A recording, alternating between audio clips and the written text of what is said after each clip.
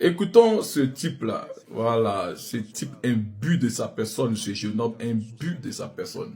On va l'écouter. Quand je dis jeune homme, c'est comparé à certains de nos cadres envers lesquels il a eu à tenir des propos tellement injurieux à chaque fois qu'il en a l'occasion. Ben, c'est de notoriété chez lui. Voilà. On n'y peut rien. C'est comme ce sont les ardeurs des rebelles. On n'y peut rien. Mais je m'adresse ici à ceux qui sont dans des bassesses là, hein, qui sont en train de toujours jeter leurs problèmes ou alors leurs faiblesses sur le PPACI, pensant que ils vont se rabattre sur quelque chose qui leur sera profitable. Mais là où vous êtes en train de partir là, écoutez, on va vous dire ce qui se passe actuellement là-bas. Je parle ici du PPA, du PDCI. Suivez ça, le RDR, le Rassemblement des rebelles, ils sont en train de vous parler quelque chose. Est-ce que vous voyez ça? Écoutez, on revient. Et dans un contexte régional et international en pleine mutation sociale et économique, notre Parlement a besoin de stabilité, d'autorité morale et d'une présidence capable de rassembler toutes les sensibilités politiques. C'est pourquoi le candidat que j'ai l'honneur de vous présenter aujourd'hui, afin de recueillir votre suffrage, est un homme dont le parcours politique est particulièrement riche, évidemment député depuis 2011. L'honorable Patrick Hachi, candidat donc de la majorité RHDP, incarne ces trois qualités essentielles pour présider l'Assemblée nationale. L'expérience de l'État acquise au plus haut niveau, la culture du dialogue dans des contextes parfois complexes, la capacité à arbitrer avec sérénité et le sens de l'intérêt général. L'honorable Patrick Hachi a occupé plus récemment les fonctions de conférencier enseignant à Kennedy School of Government of University of Harvard aux États-Unis. Il a intégré l'équipe de 3 conseillers de haut niveau désignés par le président de la Banque mondiale et la directrice générale du Fonds monétaire international dans le cadre de la réforme de ces 2 institutions à l'horizon 2050. En ce qui concerne son parcours universitaire, il est titulaire d'un master de l'université de Stanford, diplômé de Suplec Paris, de la Sorbonne, de l'université de Cocody Abidjan. Chers collègues, Patrick Hachi connaît le fonctionnement réel de l'État, les équilibres politiques sensibles, la ligne rouge institutionnelle. Il a l'autorité naturelle pour tenir l'hémicycle, la crédibilité pour parler au gouvernement et il a le respect des partenaires nationaux et internationaux. Il ne vient pas pour dominer l'Assemblée nationale, il vient pour servir, pour la servir, protéger et renforcer. Au regard de son expérience exceptionnelle et de ses statuts d'homme d'État, nous vous invitons, au-delà de nos appartenances et sensibilités politiques, à élire Patrick Jérôme Hachi à la tête de notre Assemblée nationale pour la législature 2026-2030. Je vous remercie. Quand vous entendez ça, est-ce qu'on va vous faire encore un décès? Patrick Hachi ils sont en train de préparer Patrick Hachi, c'est le second. Donc je m'adresse ici à ceux qui pensent que Thiam serait celui qui sera en 2030 et qui sont assis, couchés sur les lauriers et qui sont en train de jeter la pierre au PPACI parce qu'on aurait fait ça, on aurait fait ça, on aurait fait ça.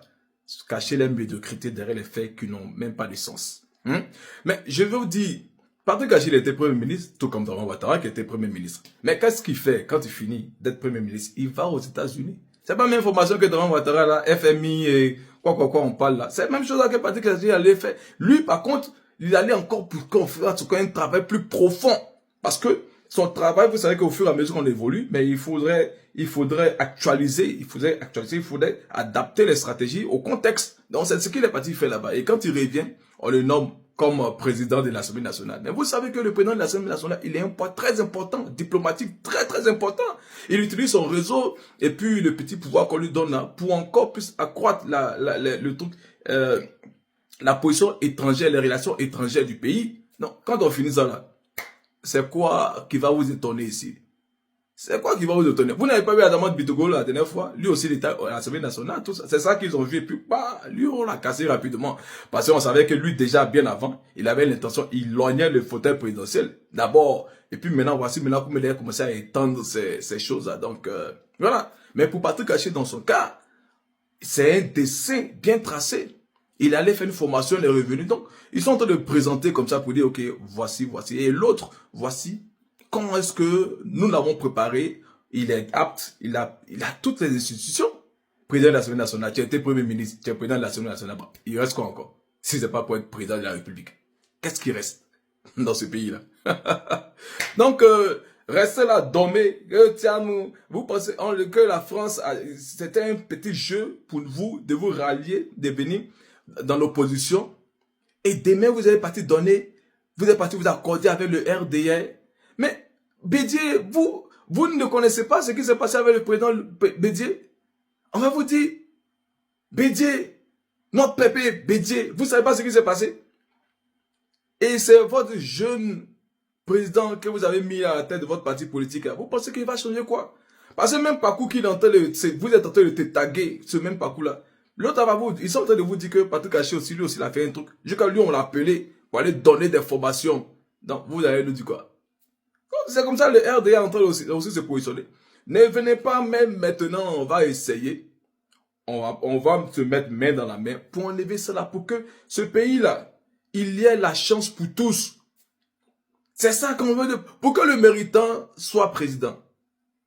Mais aujourd'hui, là, bon, on sait que c'est pas le mérite. On a vu les élections présidentielles, on a vu encore les élections législatives.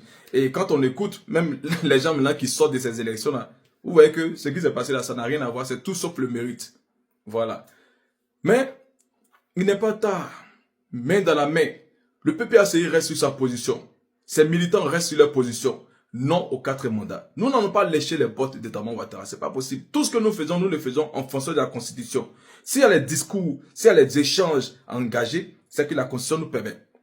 Et aussi, on regarde. On n'est pas un parti de rebelles. Nous, on ne peut pas aller chercher les choses pour venir de tout ce pays-là. Non. Parce que eux, c'est leur intention. Mais nous, on est en train de le faire pour baisser leur ardeur. Parce que c'est ce qu'ils veulent en réalité. Et c'est pour ça qu'on ne leur donne pas.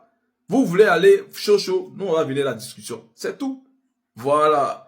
Mais sachez que le travail se fait de façon très profonde. De façon profonde. Et soyons concentrés, soyons focus. Bientôt, c'est la fête de la Renaissance. Donc, il faut commencer à remobiliser. Nous sommes en 2026, ouais, une nouvelle année, donc nos activités doivent encore s'intensifier. Voilà.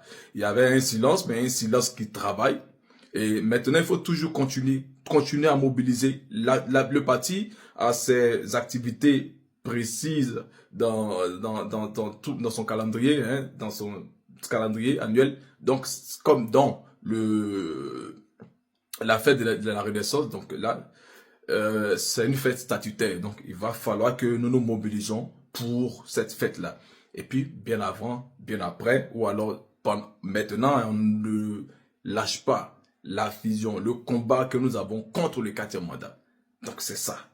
Voilà. Donc, pour ceux qui sont en train de dire que le PPACI s'est rallié, aller rentrer sur un parti politique, pour vous qui vous levez aujourd'hui pour aller lécher les bords d'Edamon Ouattara, ça c'est votre problème. Et je termine ici pour interpeller les Ivoiriens, pour interpeller les militants, amis de la Côte d'Ivoire.